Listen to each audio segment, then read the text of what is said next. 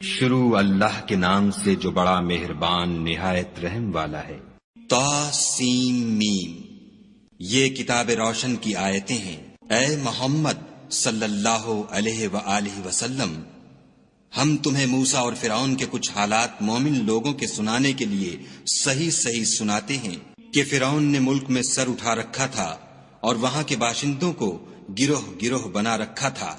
ان میں سے ایک گروہ کو یہاں تک کمزور کر دیا تھا کہ ان کے بیٹوں کو ذبح کر ڈالتا اور ان کی لڑکیوں کو زندہ رہنے دیتا۔ بے شک وہ مفسدوں میں تھا۔ اور ہم چاہتے تھے کہ جو لوگ ملک میں کمزور کر دیے گئے ہیں ان پر احسان کریں اور ان کو پیشوا بنائیں اور انہیں ملک کا وارث کریں اور ملک میں ان کو قدرت دیں، اور فرعون اور حامان اور ان کے لشکر کو وہ چیز دکھا دیں جس سے وہ ڈرتے تھے۔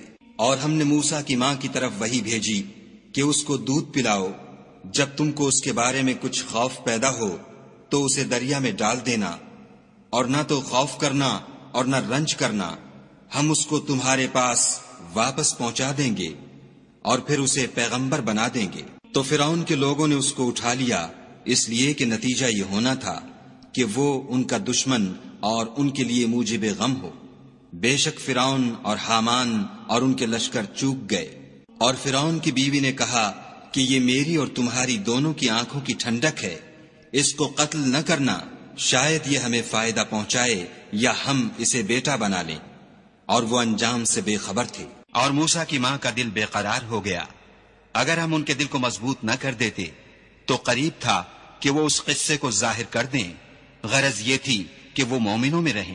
اور اس کی بہن سے کہا کہ اس کے پیچھے پیچھے چلی جا، تو وہ اسے دور سے دیکھتی رہی اور ان لوگوں کو کچھ خبر نہ تھی۔ اور ہم نے پہلے ہی سے اس پر دائیوں کے دودھ حرام کر دیے تھے۔ تو موسیٰ کی بہن نے کہا کہ میں تمہیں ایسے گھر والے بتاؤں کہ تمہارے لیے اس بچے کو پالیں اور اس کی خیر خواہی سے پرورش کریں۔ تو ہم نے اس طریق سے ان کو ان کی ماں کے پاس واپس پہنچا دیا تاکہ ان کی آنکھیں ٹھنڈی ہوں اور وہ غم نہ کھائیں اور معلوم کریں کہ خدا کا وعدہ سچا ہے، لیکن یہ اکثر نہیں جانتے۔ اور جب موسیٰ جوانی کو پہنچے اور بھرپور جوان ہو گئے تو ہم نے ان کو حکمت اور علم عنایت کیا، اور ہم نیکوکاروں کو ایسا ہی بدلہ دیا کرتے ہیں۔ اور وہ ایسے وقت شہر میں داخل ہوئے کہ وہاں کے باشندے بے خبر ہو رہے تھے، تو دیکھا کہ وہاں دو شخص لڑ رہے تھے، ایک تو موسیٰ کی قوم کا ہے اور دوسرا ان کے دشمنوں میں سے۔ تو جو شخص ان کی قوم میں سے تھا اس نے دوسرے شخص کے مقابلے میں جو موسیٰ کے دشمنوں میں سے تھا مدد طلب کی، تو انہوں نے اس کو مکہ مارا اور اس کا کام تمام کر دیا۔ کہنے لگے کہ یہ کام تو اغوائے شیطان سے ہوا، بے شک وہ انسان کا دشمن اور صریح بہکانے والا ہے۔ بولے کہ اے پروردگار، میں نے اپنے آپ پر ظلم کیا، تو مجھے بخش دے۔ تو خدا نے ان کو بخش دیا، بے شک وہ بخشنے والا مہربان ہے۔ کہنے لگے کہ اے پروردگار، تو نے جو مجھ پر مہربانی فرمائی ہے، میں آئندہ کبھی گناہ گاروں کا مددگار نہ بنوں۔ الغرض صبح کے وقت شہر میں ڈرتے ڈرتے داخل ہوئے کہ دیکھیں کیا ہوتا ہے، تو ناگہاں وہی شخص جس نے کل ان سے مدد مانگی تھی پھر ان کو پکار رہا ہے۔ موسیٰ نے اس سے کہا کہ تو صریح گمراہی میں ہے۔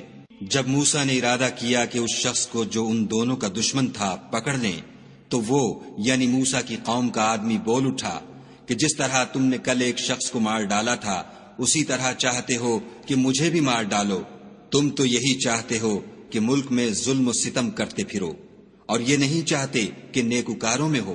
اور ایک شخص شہر کی پرلی طرف سے دوڑتا ہوا آیا اور بولا کہ موسیٰ شہر کے رئیس تمہارے بارے میں صلاحیں کرتے ہیں کہ تم کو مار ڈالیں، سو تم یہاں سے نکل جاؤ، میں تمہارا خیر خواہ ہوں۔ موسیٰ وہاں سے ڈرتے ڈرتے نکل کھڑے ہوئے کہ دیکھیں کیا ہوتا ہے، اور دعا کرنے لگے کہ اے پروردگار، مجھے ظالم لوگوں سے نجات دے۔ اور جب مدین کی طرف رخ کیا تو کہنے لگے امید ہے کہ میرا پروردگار مجھے سیدھا رستہ بتائے۔ اور جب مدین کے پانی کے مقام پر پہنچے تو دیکھا کہ وہاں لوگ جمع ہو رہے اور اپنے چار پایوں کو پانی پلا رہے ہیں، اور ان کے ایک طرف دو عورتیں اپنی بکریوں کو روکے کھڑی ہیں۔ موسیٰ نے ان سے کہا تمہارا کیا کام ہے؟ وہ بولیں کہ جب تک چرواہے اپنی چار پایوں کو لے نہ جائیں ہم پانی نہیں پلا سکتے، اور ہمارے والد بڑی عمر کے بوڑھے ہیں۔ تو موسیٰ نے ان کے لیے بکریوں کو پانی پلا دیا، پھر سائے کی طرف چلے گئے اور کہنے لگے کہ پروردگار، میں اس کا محتاج ہوں کہ تو مجھ پر اپنی نعمت نازل فرمائے۔ تھوڑی دیر کے بعد ان میں سے ایک عورت جو شرماتی اور لجاتی چلی آتی تھی موسیٰ کے پاس آئی اور کہنے لگی کہ تم کو میرے والد بلاتے ہیں کہ تم نے جو ہمارے لیے پانی پلایا تھا اس کی تم کو اجرت دیں۔ جب وہ ان کے پاس آئے اور ان سے اپنا ماجرا بیان کیا تو انہوں نے کہا کہ کچھ خوف نہ کرو، تم ظالم لوگوں سے بچائے ہو۔ ایک لڑکی بولی کہ ابا ان کو نوکر رکھ لیجئے، کیونکہ بہتر نوکر جو آپ رکھیں وہ ہے جو توانا اور امانت دار ہو۔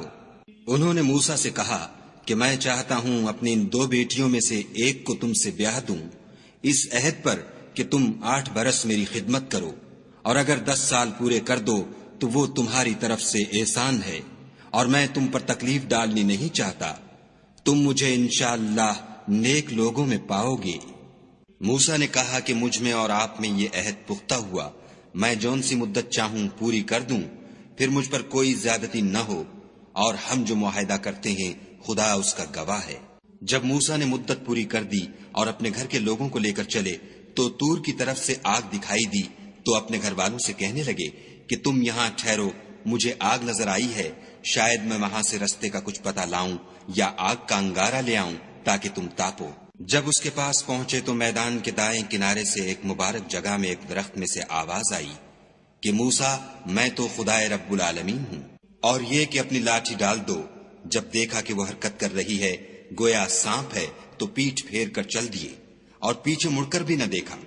ہم نے کہا کہ موسیٰ آگے آؤ اور ڈرو مت، تم امن پانے والوں میں ہو، اپنا ہاتھ گریبان میں ڈالو تو بغیر کسی عیب کے سفید نکل آئے گا، اور خوف دور ہونے کی وجہ سے اپنے بازو کو اپنی طرف سکیڑ لو، یہ 2 دلیلیں تمہارے پروردگار کی طرف سے ہیں، ان کے ساتھ فرعون اور اس کے درباریوں کے پاس جاؤ کہ وہ نافرمان لوگ ہیں۔ موسیٰ نے کہا، اے پروردگار، ان میں کا ایک شخص میرے ہاتھ سے قتل ہو چکا ہے، سو مجھے خوف ہے کہ وہ کہیں مجھ کو مار نہ ڈالیں، اور ہارون جو میرا بھائی ہے اس کی زبان مجھ سے زیادہ فصیح ہے، تو اس کو میرے ساتھ مددگار بنا کر بھیج کہ میری تصدیق کرے، مجھے خوف ہے کہ وہ لوگ میری تکذیب کریں گے۔ خدا نے فرمایا، ہم تمہارے بھائی سے تمہارے بازو کو مضبوط کریں گے اور تم دونوں کو غلبہ دیں گے، تو ہماری نشانیوں کے سبب وہ تم تک پہنچ نہ سکیں گے، اور تم اور جنہوں نے تمہاری پیروی کی غالب رہو گے۔ اور جب موسیٰ ان کے پاس ہماری کھلی نشانیاں لے کر آئے تو وہ کہنے لگے کہ یہ تو جادو ہے جو اس نے بنا کھڑا کیا ہے، اور یہ باتیں ہم نے اپنے اگلے باپ دادا میں تو کبھی سنی نہیں۔ اور موسیٰ نے کہا کہ میرا پروردگار اس شخص کو خوب جانتا ہے جو اس کی طرف سے حق لے کر آیا ہے، اور جس کے لیے عاقبت کا گھر یعنی بہشت ہے، بے شک ظالم نجات نہیں پائیں گے۔ اور فرعون نے کہا کہ اے اہل دربار، میں تمہارا اپنے سوا کسی کو خدا نہیں جانتا، تو حامان میرے لیے گارے کو آگ لگا کر اینٹیں پکا دو، پھر ایک اونچا محل بنا دو تاکہ میں موسیٰ کے خدا کی طرف چڑھ جاؤں، اور میں تو اسے جھوٹا سمجھتا ہوں۔ اور وہ اور اس کے لشکر ملک میں ناحق مغرور ہو رہے تھے اور خیال کرتے تھے کہ وہ ہماری طرف لوٹ کر نہیں آئیں گے، تو ہم نے ان کو اور ان کے لشکروں کو پکڑ لیا اور دریا میں ڈال دیا، سو دیکھ لو کہ ظالموں کا کیسا انجام ہوا۔ اور ہم نے ان کو پیشوا بنایا تھا، وہ لوگوں کو دوزخ کی طرف بلاتے تھے، اور قیامت کے دن ان کی مدد نہیں کی جائے گی، اور اس دنیا میں ہم نے ان کے پیچھے لعنت لگا دی، اور وہ قیامت کے روز بھی بدحالوں میں ہوں گے۔ اور ہم نے پہلی امتوں کے ہلاک کرنے کے بعد موسیٰ کو کتاب دی جو لوگوں کے لیے بصیرت اور ہدایت اور رحمت ہے تاکہ وہ نصیحت پکڑیں۔ اور جب ہم نے موسیٰ کی طرف حکم بھیجا تو تم طور کی غرب کی طرف نہیں تھے اور نہ اس واقعے کے دیکھنے والوں میں تھے، لیکن ہم نے موسیٰ کے بعد کئی امتوں کو پیدا کیا، پھر ان پر مدت طویل گزر گئی، اور نہ تم مدین والوں میں رہنے والے تھے کہ ان کو ہماری آیتیں پڑھ پڑھ کر سناتے تھے، ہاں ہم ہی تو پیغمبر بھیجنے والے تھے۔ اور نہ تم اس وقت جب کہ ہم نے موسیٰ کو آواز دی طور کے کنارے تھے، بلکہ تمہارا بھیجا جانا تمہارے پروردگار کی رحمت ہے، تاکہ تم ان لوگوں کو جن کے پاس تم سے پہلے کوئی ہدایت کرنے والا نہیں آیا ہدایت کرو، تاکہ وہ نصیحت پکڑیں۔ اور اے پیغمبر صلی اللہ علیہ وآلہ وسلم، ہم نے تم کو اس لیے بھیجا ہے کہ ایسا نہ ہو کہ اگر ان اعمال کے سبب جو ان کے ہاتھ آگے بھیج چکے ہیں ان پر کوئی مصیبت واقع ہو تو یہ کہنے لگیں کہ اے پروردگار، تو نے ہماری طرف کوئی پیغمبر کیوں نہ بھیجا کہ ہم تیری آیتوں کی پیروی کرتے اور ایمان لانے والوں میں ہوتے۔ پھر جب ان کے پاس ہماری طرف سے حق آ پہنچا تو کہنے لگے کہ جیسی نشانیاں موسیٰ کو ملی تھیں ویسی اس کو کیوں نہیں ملی؟ کیا جو نشانیاں پہلے موسیٰ کو دی گئی تھیں انہوں نے ان سے کفر نہیں کیا؟ کہنے لگے کہ دونوں جادوگر ہیں ایک دوسرے کے موافق، اور بولے کہ ہم سب سے منکر ہیں۔ کہہ دو کہ اگر سچے ہو تو تم خدا کے پاس سے کوئی اور کتاب لے آؤ جو ان دونوں کتابوں سے بڑھ کر ہدایت کرنے والی ہو، تاکہ میں بھی اسی کی پیروی کروں۔ پھر اگر یہ تمہاری بات قبول نہ کریں تو جان لو کہ یہ صرف اپنی خواہشوں کی پیروی کرتے ہیں، اور اس سے زیادہ کون گمراہ ہوگا جو خدا کی ہدایت کو چھوڑ کر اپنی خواہش کے پیچھے چلے۔ بے شک خدا ظالم لوگوں کو ہدایت نہیں دیتا۔ اور ہم پے در پے ان لوگوں کے پاس ہدایت کی باتیں بھیجتے رہے ہیں تاکہ نصیحت پکڑیں۔ جن لوگوں کو ہم نے اس سے پہلے کتاب دی تھی وہ اس پر ایمان لے آتے ہیں، اور جب قرآن ان کو پڑھ کر سنایا جاتا ہے تو کہتے ہیں کہ ہم اس پر ایمان لے آئے۔ بے شک وہ ہمارے پروردگار کی طرف سے برحق ہے، اور ہم تو اس سے پہلے کے حکم بردار ہیں۔